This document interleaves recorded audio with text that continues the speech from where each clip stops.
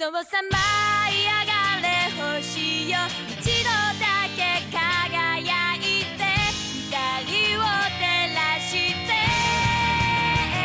運命の空をかける一筋の光が二人を変えてゆくよ。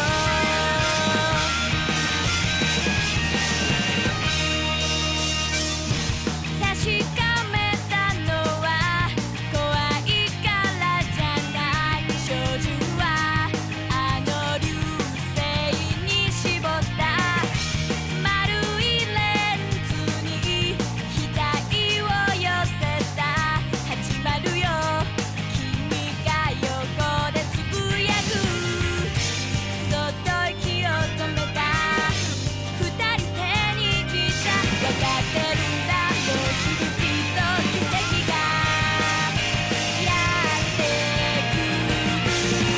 さあ舞い上がれ星よ、一度だけ輝いて光を照らして、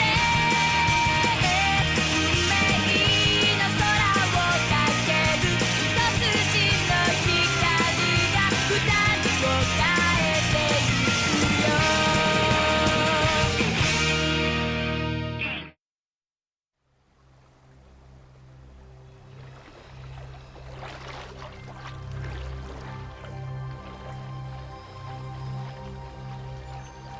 あんたらの屋敷は九段だったな。またあそこに行くのか。ユキさん、んあれ行き止まりだ。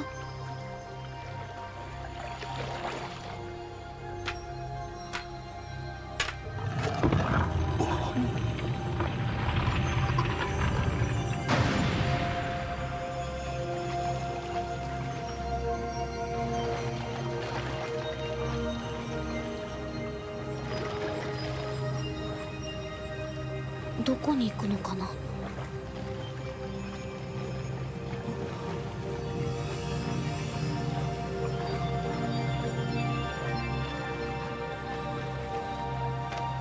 ユキさん、何これ。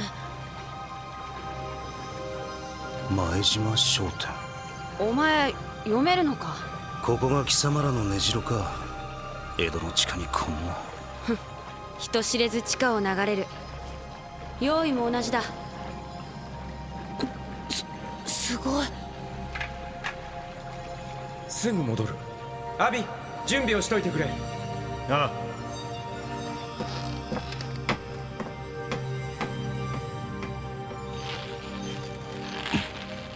あ。上がれ。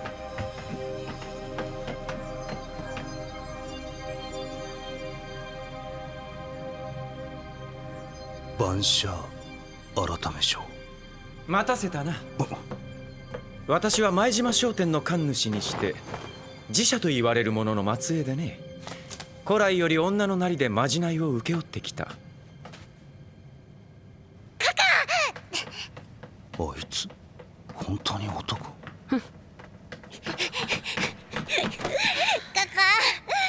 よかった。やはりあなたは怪しにふさわしい。怪しになれと。迷う必要はない。これでお前は不眠ではなくなる。もちろん給金も出る。ユキさん。タエ、オータ、お前たちは今宵見たことを全て忘れねばならぬ。下総に任別を用意した。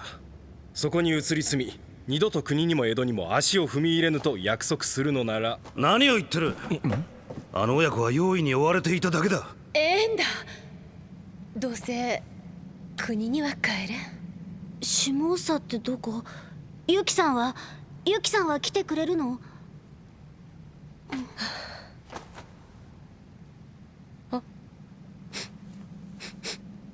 何この匂い。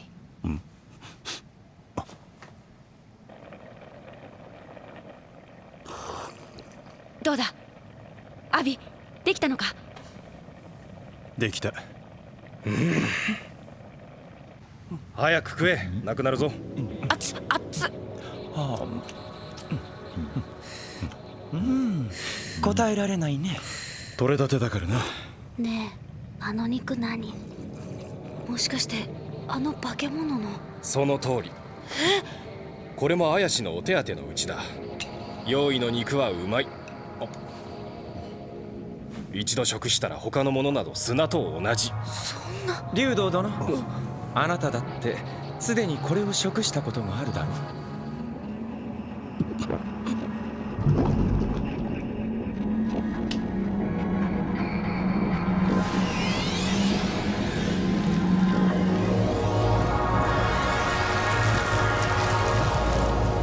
汚らわしい。こんな方たちがお上の御用を申し付けられているなど信じらんねえ。明後日の明け仏、忘れるでないぞ。人は贅沢なものだ。うまいものを知ればもう舌は治らぬ。楽な暮らしをすれば二度と不幸には戻れない。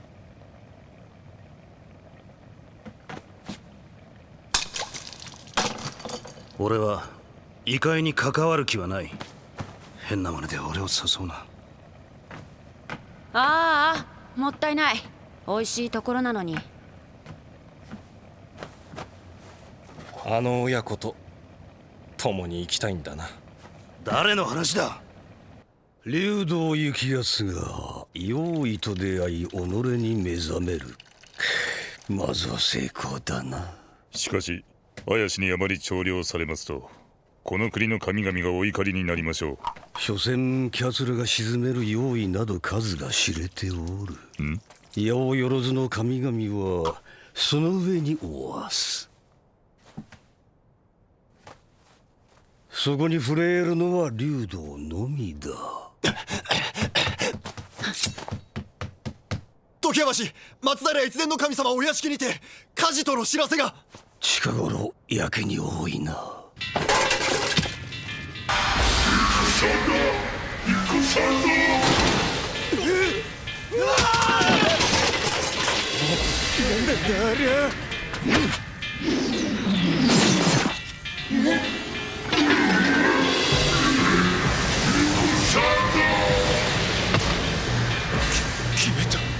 火だ！急いで火を消せ！やはりまだ残っていたな。火事は時矢橋でございました。戦ではないのか？戦ではございませぬよ。あの鎧を取り戻さなければせがれが売り払ってしまったご配慮の小金作りの。戦ではございませぬよ。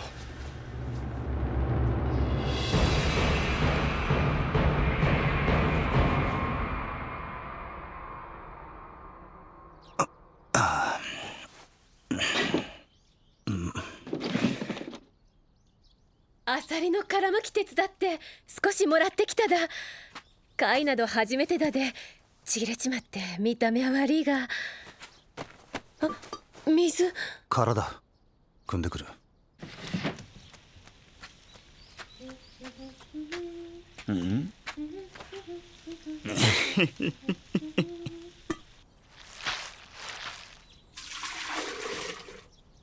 商売替えですか？それもいい案だ。一晩餌をやらずにいたので死なせてしまった。あの親子と生きなさるんで。地獄耳だな。お前、俺があいつらと関わるのを止めていたんじゃなかったのか？もう安心ですよ。だが怪しなんてものになればあんたが意味嫌う異界の力を使わなきゃいけなくなる。あんたはどんな身分でもないただのユキさんだ。そうあり続けたいんでしょ？あの女の亭主に収まればそれで本当の俺になれるということか。誰かいらしたんですか？いや、独り言だ。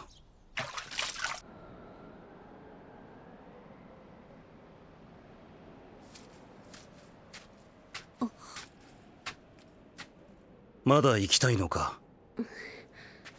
あの夜山神様とは違う化け物もいただろう。ゆうべ常盤橋ってところで火事があったんだけど、化け物を見た人がいるんだって。そうか。もう一匹の用意が。もしかしたらあいつオラが掘り出しちまったような気がするんだ。明日は江戸を立つ。気がかりは済ましておかないとな。なんせ金銀を使った贅沢な鎧兜は売ってはならないってんで水野様のお触れが出てますからね。天下太平だから最近手放す方ばっかりでちっとも売りゃしません。ですからどうにもならないもんはその通り捨ててますよ。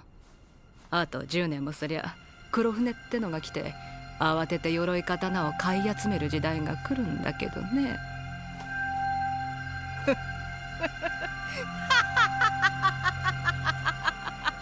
古いものには魂が宿るなどと言うだろう。つくも神というやつだ。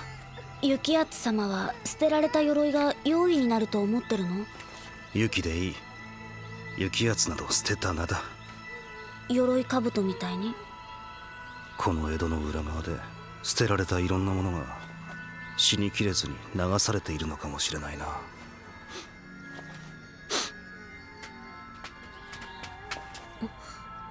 山クジラ。何？入ってみるか。いらっしゃい。へえ。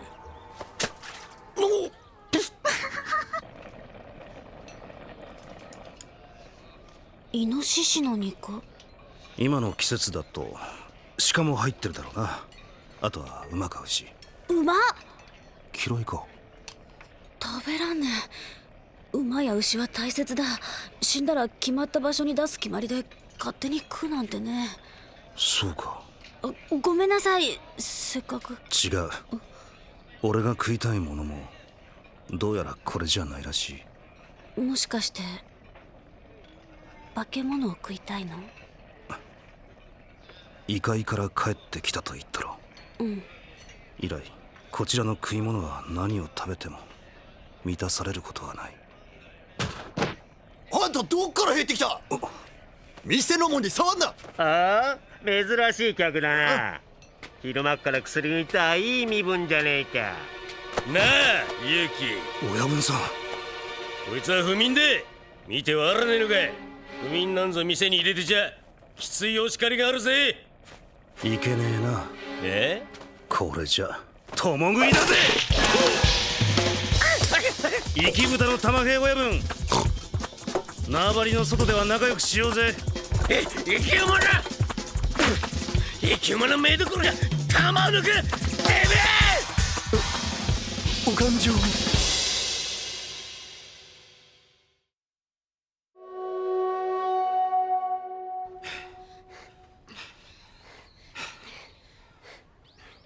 あの人たちの仲間になればもう追われることはない。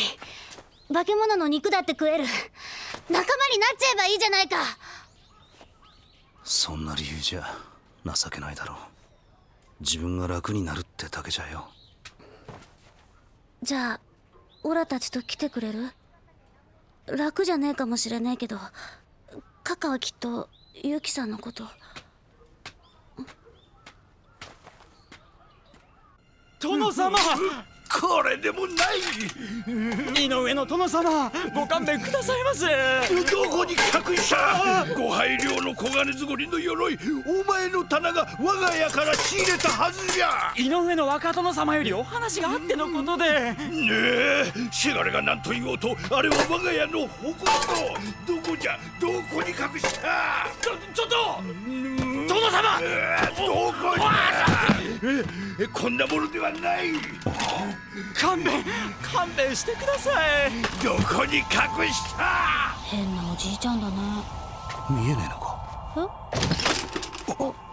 あれ、ちょっと大丈夫ですか殿様。まったく困った殿様だよ。この方は本郷のお旗本井上様のご隠居だよ。先だって鎧兜を買い取らせていただいたんだけど聞いてなかったみたいでこの騒ぎさ。誰か向島の隠居所まで送って。向島か。帰り道だな。お医者様にも見捨てられたようなもんでね、本家も好きにさせろってさ。わざわざ連れてきてくれてご苦労さん。最後にご挨拶させていただいてもようございますか。しかし話しかけてみたところで。老老の身ではありますが、元は無事でございます。ご隠居様のお姿を目に焼き付けさせていただければ。父ちゃんおかえり。ちゃんといい子にしてたか。母ちゃん待ってるよ。宮本武蔵の故事に習っておられるのですか。武蔵を知っとるのか。天下無双の剣豪であったとか、鎧兜をつけて入滅したと聞いております。そう、まことの武士よ。だがもはやこの世に武士などおらぬ。わずかな金子のために具足を売り飛ばし、いざという時の戦に備えることもできぬ。そうだ、我が家の鎧、林家の虎が物欲しそうに見ておった。奴がかすめ取ったに違いない。あれはわしの鎧じゃ。急げ、奥の土蔵だ。本郷戸田阿波の神様お屋敷にて鎧の用意あり、速やかに沈めて火事として処理する。武家屋敷ばかりが襲われている。急がないとこちらにも火の粉がかかるな。雪圧殿はどうする。我ら綾し竜道の力なくともお役目果たせることを示す。戦だ、思い出すの。春目を買って戦ばかけた若き日。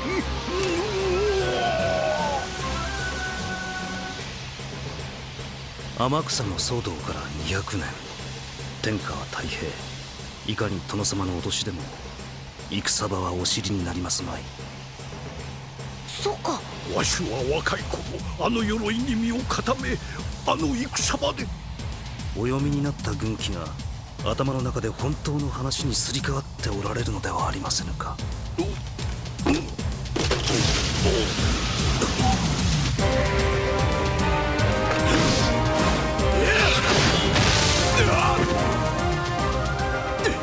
大丈夫か。来るぞ。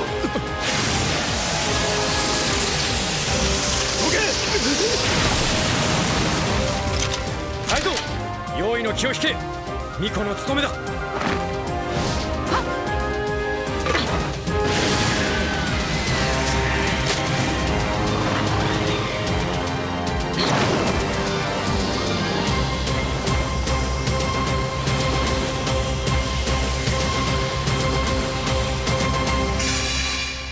金で作った鎧など重くて脆いだけのもの。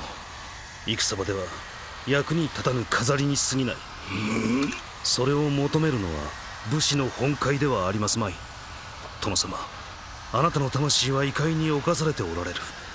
あなたの妄想を用意が食っておる。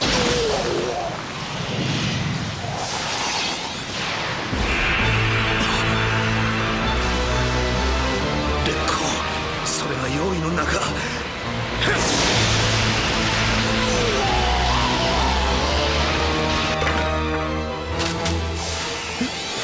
なんだあれは。列、首を切る刀と切られる首を示す文字。敵兵の首を切り並べる、すなわち列。鎧を並べ力を成した用意か。もしや雪圧殿が。やれ厳罰。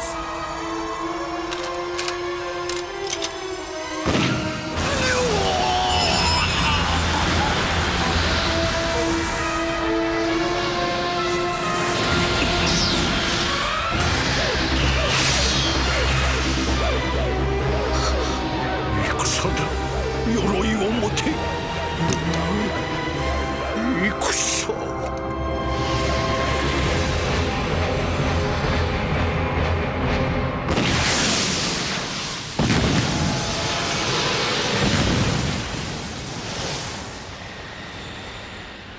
異界は人を惑わす。そして全てを奪う。それが用意の力なら俺は戦う。でもさ、あのおじいさん夢見られて楽しそうだったよ。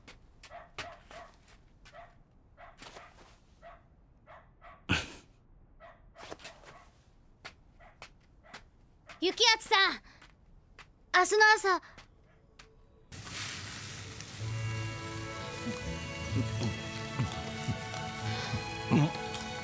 おお竜道、貴様今夜どこで何を。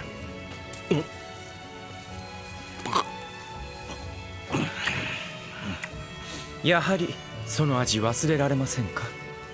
今さら。では怪しになるということだな。ご苦労さん。ゆっくり食え。雪圧様から何かおことづけは。ありきたりな達者でとかなんとかそう言っていた。オータ、オータ。それでも人はこの世で生きていくんだ。つまらなくても辛くても。オラはここだよカカ。とうとう逃げられなくなっちまったってことですか。異界が気に入らない。少なくとも自分が楽をするよりはマシな理由だ。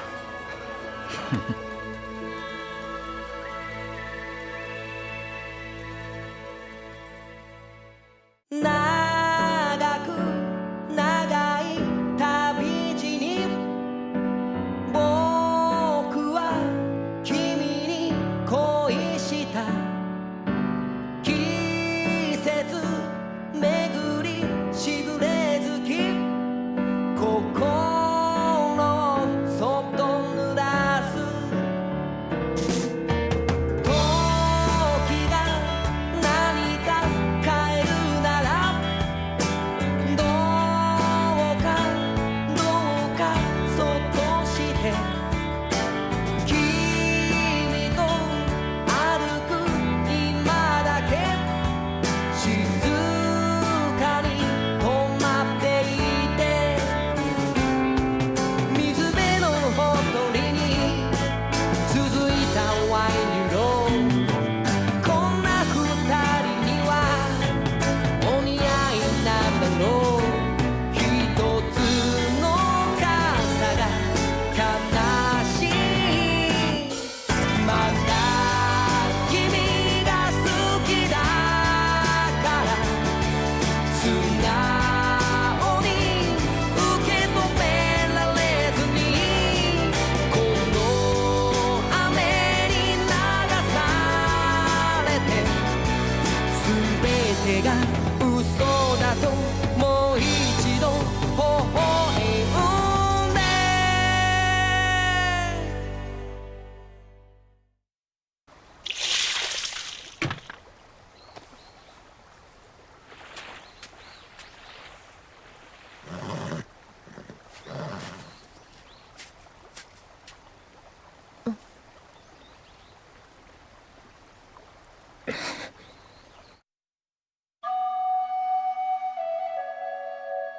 肌の浅黒い少女、雪圧が出会う異なるもの。人は一人一人みんな違う。死の話、生き人形。